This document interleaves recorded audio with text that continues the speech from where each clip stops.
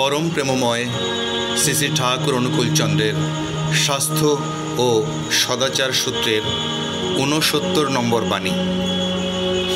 সব খাদ্যই বিশেষত জান্তব যাকে হত্যা করে খেতে হয়, শঙ্কা ধুদুক্ষ বোধবিকার ও বদত্রাস কুঞ্চিত ভি এমনতরভাবেই তার কৌশিক দানাগুলিকে বিকৃত ও বিষাক্ত করে তোলে যে তা অতুগ্র উত্তাপেও অন্য পরিণতি লাভ করে কমই।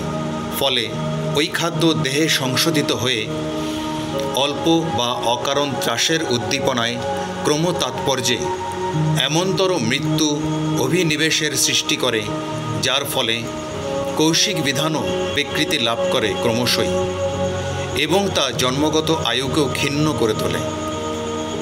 রোগ, শোক, দুঃখ, দারিদ্র্য বিপর্যয়ের সৃষ্টি করে, শঙ্কা দুঃখিত বিপর্যয় এনে। এর ফলে মানুষ হঠাৎ বা ধীরে ধীরে এমনতরই অবসাদগ্রস্ত হয়ে ওঠে যে জীবন বীর্য তার বোধিসন্দীপনা নিয়ে আত্মঘাতী অভিঘাতে গা এলিয়ে দিয়ে চলে।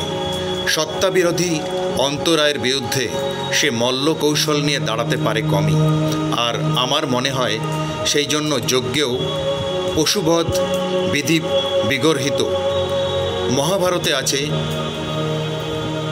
বিজয়ীর যজ্ঞেষু জ্যেষ্ঠ ব্যামিতি বৈ বৈদেকী শ্রুতি অজসঙ্গানি বীজানি ছাগং হন্ত মরহত। আবার চণ্ডীতেও পাওয়া যায়, তেষাং কিল সুরামাং শৈর্ণতাৎ পূজা নৃপকচ্চিত প্রণামাচ মণি ঐশ্চ চন্দনেন সুগন্ধিনা। তাই যারা যজ্ঞে পশুবধ করে থাকে তাদের যজ্ঞ কখনো সার্থক হয়ে ওঠে না, ব্যর্থ উপঢৌকনই অভিপ্রেত তাদের। চায়ও তারা তাই নিজের সর্বনাশী কাম্য হয়ে থাকে তাদের। জয় গুরু।